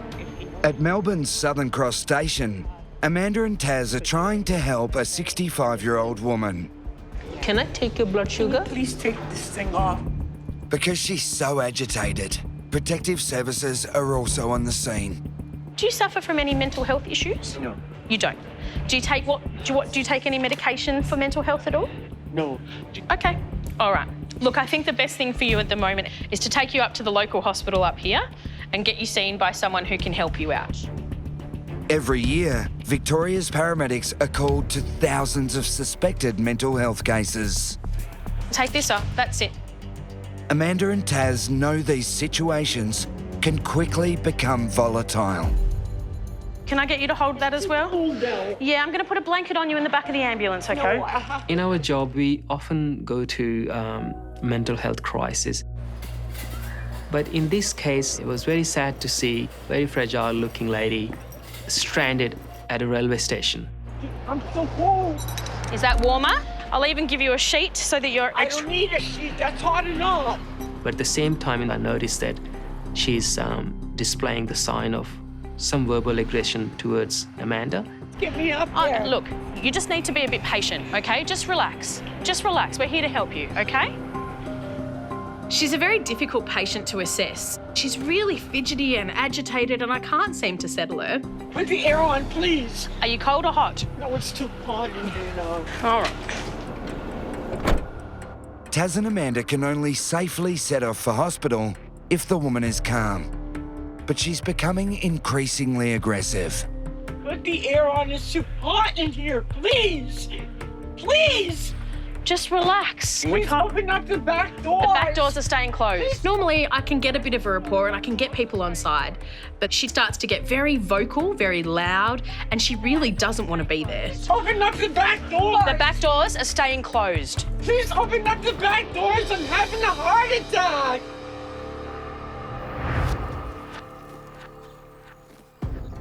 There's a bed just to your right. If you spin around, you'll feel it against your bum. Perfect.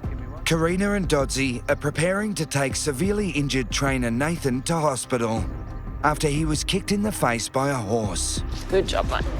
His swollen airways could quickly become life-threatening. But that's not all the team are worried about. Hurts your face? Obviously, being kicked in the head by a horse comes along with a significant risk of spinal injury. So ideally, I would put a collar on Nathan. When it goes back. But he's got swelling, and if somehow that pressure of the collar moves his jaw and compromises his airway, then we're really in trouble.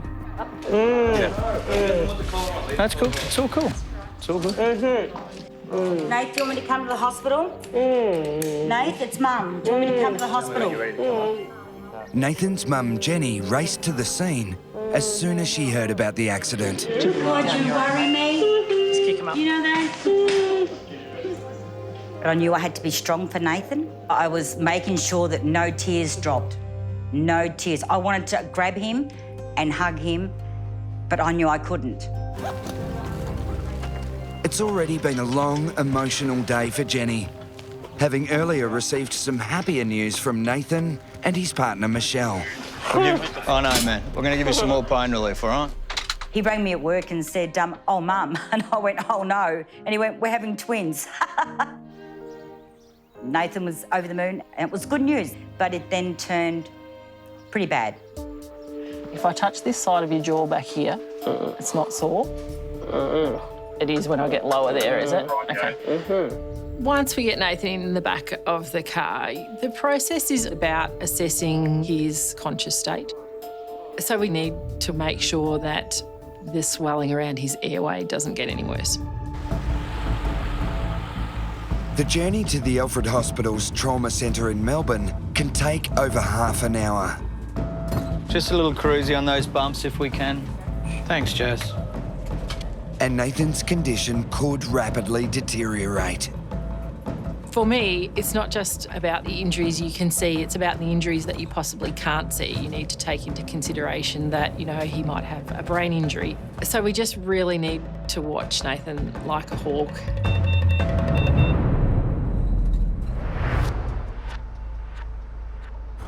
Open up the back door. The back doors are staying closed. Back in the city, Amanda is still trying to calm her elderly patient. If there's any safety concern, Amanda, Miraz is always an option. I think we'll be all right. Due to the woman's suspected mental health issues, Taz is keeping a close eye on the situation. Just put the air on, it's too hot in here. The air is on, okay? Please put it on, And I am not going to deal with you yelling, okay? We're not going to yell. Just relax. Just go, just go. You can never lose your guard in this job at any point. It doesn't matter the patient is fragile or they're old. You never know, next move can be hitting Amanda. I don't want a needle. I'm not giving you anything. The only reason that I would have to give you something is if you get angry and aggressive. And that's not going to happen, is it? You please do CPR on me because I'm having a heart attack. You're not having a heart attack. Yes, I am. I'm talking too much. You're not having a heart attack, believe me. Padding's in here. Please do CPR on me. I assure you, you do not need CPR, okay? She's convinced herself she's having a heart attack. I try my darndest to calm her down and assure her she's talking to me, therefore she doesn't need CPR. And everything that I can see is checking out okay. Put me down flat. You want to lie down flat? All the way flat. Okay, just standing. So for a minute, I thought I had her under control.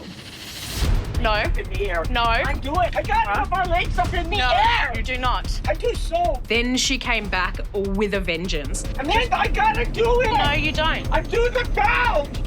Do you want to pull over? No, what's the matter with you? Enough. Enough. You stop it. Lie down. Leave me alone. Enough. Enough. Let go. Enough. So in this job, always expect the unexpected. You are safe. We are here to look after you.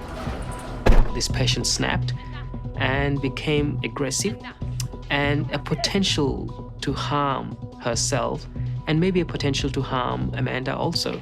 Enough. And at that stage, I think I have to step in. Stop it. No, you have to behave.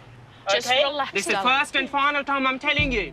Usually I don't raise my voice, but in this case, I think that it was vital for me to escalate in a verbal tone to de-escalate this situation. We are helping you. We're taking you to hospital. Get me out of here. All right. We'll be behaving now. Taz, sit there. Relax. Obviously, with this job, every day is a school day, and I'm very much still learning and still being exposed to all different types of cases. For me, I would just go in soft and calm and try and calm the person down, but escalating to de-escalate, I'm putting that in the bank. Team manager Phil has been called in to drive the ambulance, while Taz helps Amanda manage her unpredictable patient. My partner is being so patient with you, trying to help you, and you're showing some silly behavior.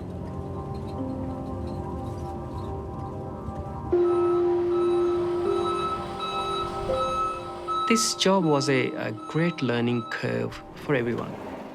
Sometimes you have to improvise for the greater good of the patients. I really hope that this lady gets some kind of help and support so she doesn't have to go through this kind of crisis again.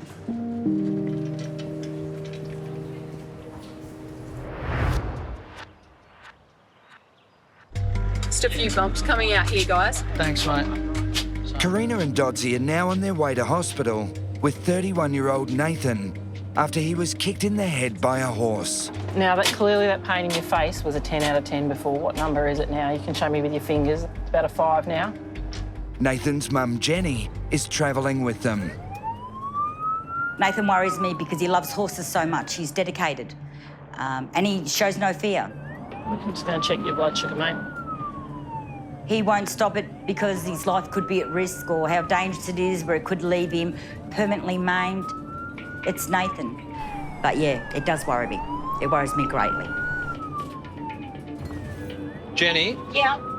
Just letting you know he's travelling okay at the moment. He's reasonably comfortable. We've got a fair bit of morphine on board. We're not going to put a collar on because his jaw is displaced. Yep. Our other concern is he may have fractured through his cheekbones because one eye's quite swollen. I didn't see it. Hey, mate, you didn't even see it coming. Bit of force behind the hoof. Nathan's day certainly began on a brighter note. That morning, Nathan and his partner had discovered that they were having twins, so it's unfortunate that the happiest day of your life suddenly turns into a disaster. Karina? Yeah. Emergency teams will now assess the damage to Nathan's airways, fractures to his face, and check for any life-threatening internal injuries.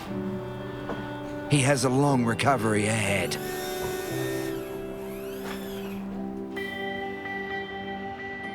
Seemed like a really decent young bloke. Yeah, and it's good that he had 5 million people around. I mean, I know it was a cast of thousands, but if he'd have been out there on his own...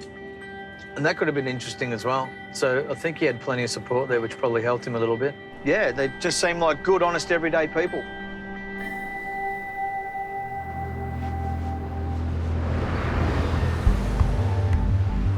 Stay calm for me, okay?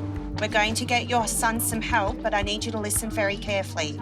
You need to tell me exactly what happened. Thousands of calls for help come into the Emergency Communications Centre every day. Does she have difficulty speaking between breaths? With ambulance services under pressure, non-critical cases are diverted to an emergency medical specialist. So the symptoms your daughter is displaying today are not life-threatening, and I can see that you're quite close to hospital. Are you able to get her in the car? Now, he's going to be okay. He's cut his finger, but it's no longer bleeding. Now, I think, John, based on the symptoms that you said, I don't think we need to take you to the hospital today. But there are hundreds more life-threatening cases requiring urgent attention. Emergency services. We had a paraglider pilot flying and he's crashed at 30 to 40 kilometres per hour into the side of the hill. Yeah. He's in a lot of pain and we're not sure whether... Yeah, do not move him at all unless Okay. absolutely necessary. The paraglider has come down in a remote location, and flight paramedic Matt is being dispatched to the crash site, 120 kilometres northeast of Melbourne. Medivac, VFR AW139, air ambulance, we request taxi and airways. 1628, airborne. Roger. So we're going to a paraglider, which sounds like he's come to grief into a tree. I don't know what injuries he has at this stage, but he's in a very awkward position, reportedly. Emergency teams on the ground have hiked through difficult terrain to reach the crash site and are urgently requesting assistance. Door open and locked. Roger. Yeah, probably not really anywhere to land in there. But if Matt's to get to the injured patient quickly, he will have to go in by winch. Yeah, I think the patient's out here till 11 o'clock, mate. Yeah. Oh, that's them there. Yeah, got them sorted. Yep. When we look around the area, we can see that the patient is stuck on the crest of a hill. All right, we need to go stage somewhere and then plan from there, I think. We weigh up all the factors as to whether it's going to be a reasonably safe area to winch into. It's big decisions. We don't take it lightly at all. But this really needs to be done. Otherwise, we're going to ultimately delay the delivery of care to the patient. Only a handful of winch jobs are undertaken each year in Victoria. They are inherently risky and are only attempted when it's absolutely necessary. 3, 2, 1, wheels on. Roger. But before they can begin, the helicopter must shed weight by offloading one of the crew. The lighter they are, the better they perform. We just want the aircraft to be at its best possible functioning capability, so we take off all the things that we don't actually need to be on there, and it improves the performance. Righto, let's get up there. As they prepare for the winch, the team also searches for a safe landing site nearby. Here's the spot coming up now at our 1:32 o'clock. So that's where we were looking to maybe for an extraction zone. You've got heaps of SES down there. We might be able to walk it out. Yeah, might be the preferable option. The patient's location will be much harder to reach, 100 metres below, through a thick canopy of trees. I've never really been very good with heights. Dangling there in the air, and you've got this mechanical machine that lowers you down on this cable, and then you look up and you're looking up at a big tin can which has got a fan on the top which is spinning around. Helmet's good. Chest and all the way down is all good. Thumbs up off shout. Shout's coming out of seatbelt. It's a really unnatural procedure to actually be doing. It's a dangerous, daunting experience. And bring your chef across to the door. I'm ready to winch.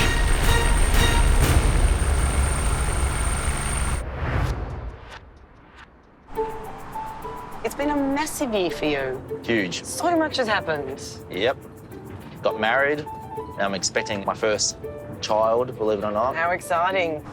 In Melbourne's southeastern suburbs, Nat is catching up on Leonard's news of his recent marriage to his long-term girlfriend, Larissa. And you didn't take my advice, which was to run. No. Yeah. She's the one. She's the one, isn't she? The one. Yeah. So the wedding day for me and Larissa was absolutely perfect. We got married on Hamilton Island and it was just magical. The perfect woman. Pretty much, yeah.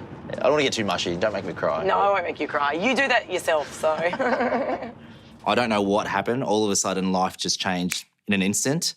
Took me 10 years to actually propose, only 6 months to get married, and a couple of weeks to actually get pregnant. Well, my wife to get pregnant. I'm excited now, Oh, it's amazing. I think it is probably a good time for me. as scary as it is, and as much as I thought, nah, I'm not going to ever be a dad. You're going to love it, Leonard. I truly think Leonard will be a brilliant father. I think where he might struggle is that he is super organised. He likes to plan everything. Throw a baby into the mix and he is not going to know what has hit him. You cannot plan anything with a baby. Yeah, good luck, Leonard. Oh, hello. Harvest Ped. But Leonard's baby skills might be tested sooner than they think. 715 received. A worried young mother is in need of help. What's happened there? So we've had a car who ran through the crossing and hit the pram. So it's car versus pedestrian, and the vehicle tipped the pram. Yeah. So baby's been tipped over. The pram's been tipped over. With baby in it, I can only suspect. Information is rolling in saying that the pedestrian's actually a baby in a pram, and I'm thinking the worst case scenario. The thought that something could have happened to this poor baby is scary. We're going to have potentially an injured baby. We're going to have a very distressed mother. It could be a really chaotic scene. It's here.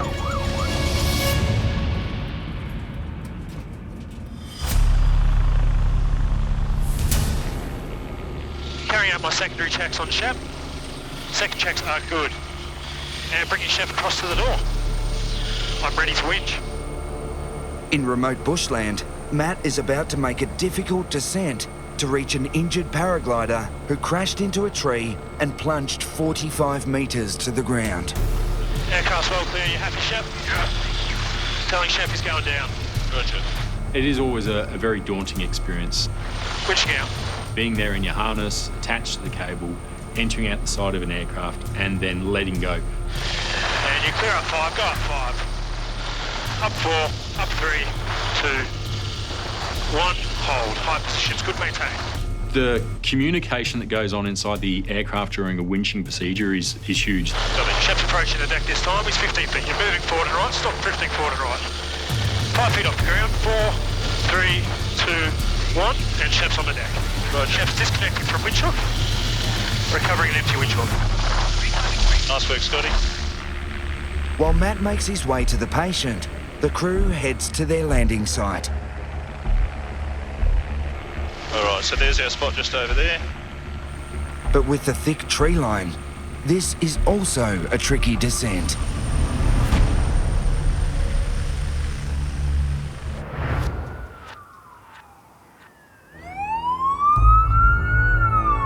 Vehicle tipped the child's pram that a female was pushing. It's essentially a car versus a pram. It's just here. Nat and Leonard have arrived at a hit and run involving a baby. Hello.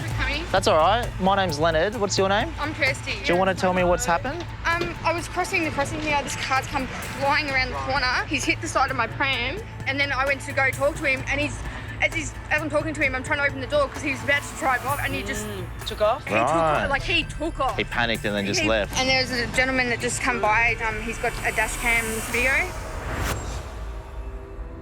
The in-car footage shows baby Cooper being hit on the pedestrian crossing. How old's Bub? Bub's only just turned 10 weeks. 10 weeks. He was born 10 weeks early. It's an extremely bizarre situation. Here I have Mum telling me that this pram has been hit by a car and the baby was in it. Rather than stopping to assist, he drives off. I'm completely shocked. I mean, how could anyone leave the scene of an accident, let alone when a baby's involved? Obviously, I'm concerned at any time a car has hit a pram.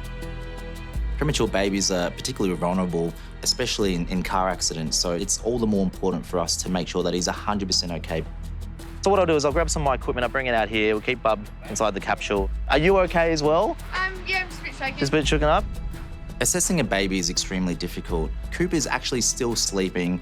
To me, that's a reassuring thing, but it's also important that I determine that he's actually not unconscious.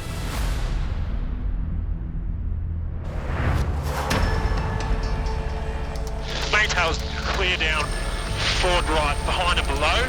Roger. 120 kilometres from Melbourne, Air Ambulance HEMS 1 is landing near the scene of a paragliding accident.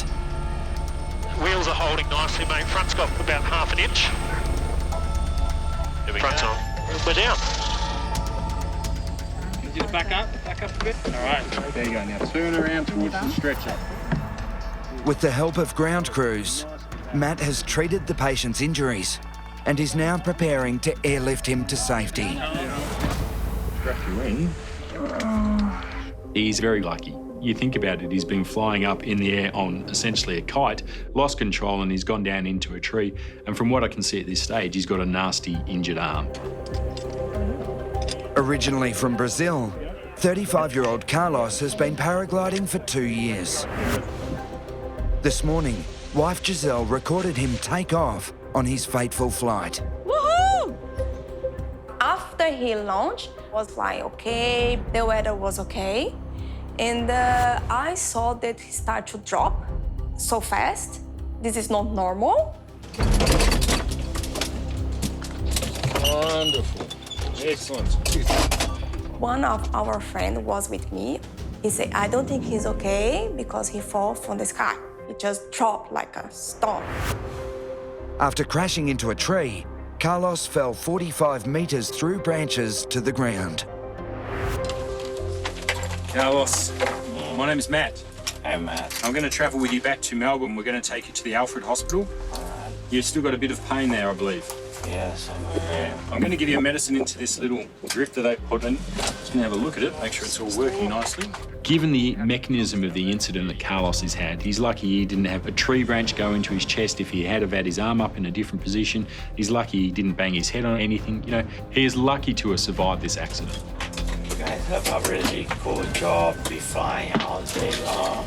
It's a bit safer than paragliding. Yeah, I assume so. Matt is still worried about just how much damage has been done to Carlos's arm. You get a large amount of swelling that goes on in those areas after those types of accidents. And if that pressure continues to go and the circulation stops, you know, that threatens his limb effectively. So he could end up actually losing his arm from it.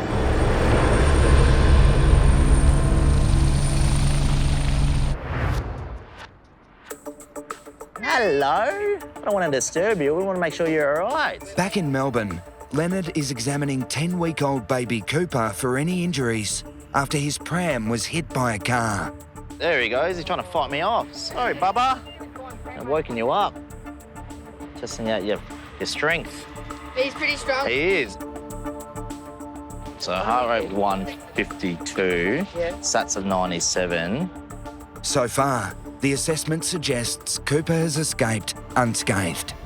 Numbers only paint so much of a story, and for little ones, particularly ones that don't talk, it absolutely doesn't paint the whole picture. So I'll be very heavily guided by you. Yeah. So to you, is Cooper, obviously being so young, but is he seems to be fine. Exactly normal, colour is normal? Yep. Yep. Sounds good. When attending to a little child or baby, it's always a nerve-wracking experience. But for me personally, being an up-and-coming father, I felt a little bit more anxious than normal. You're going to have one of those soon. I know. Are you ready for it? No. Definitely not. To be honest, I don't think having a child was in my 1-year plan, and it was borderline on the 5-year plan. So, look, I'm excited, but I'm freaked out, to be honest.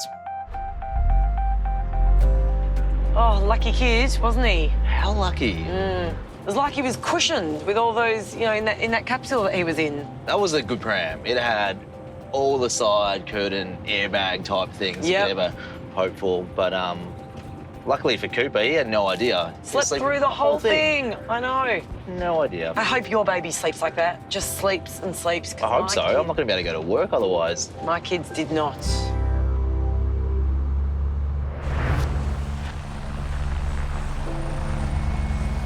Carlos, can you hear me? How's the pain in your arm now? Is it getting better? Matt is on the way to the Alfred Hospital with crash-landed paraglider Carlos. His injuries are so serious, he could end up losing his left arm. I've given you some medicine which is going to make you feel quite sleepy and quite drowsy and quite strange. But we should get on top of your pain in a moment, okay? Carlos is in considerable pain, so I've just got to try and give him as much analgesia as I can to make sure he's comfortable on the way back to hospital. Carlos, big breaths, big breaths. Big breaths.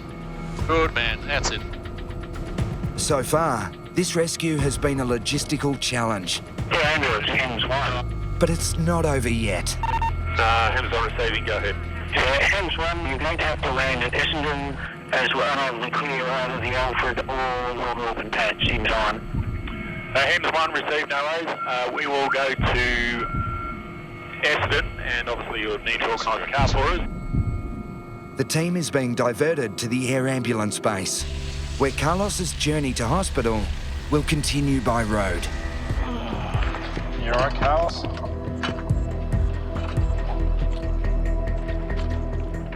So it's unfortunate for Carlos. He gets the slower trip to hospital. But I'm sure that when he gets to hospital, they're going to take good care of him, give him all the scans, and ultimately he's probably going to end up needing surgery. As the ambulance leaves the airfield, hospital staff are on standby for the emergency surgery Carlos may need to save his arm.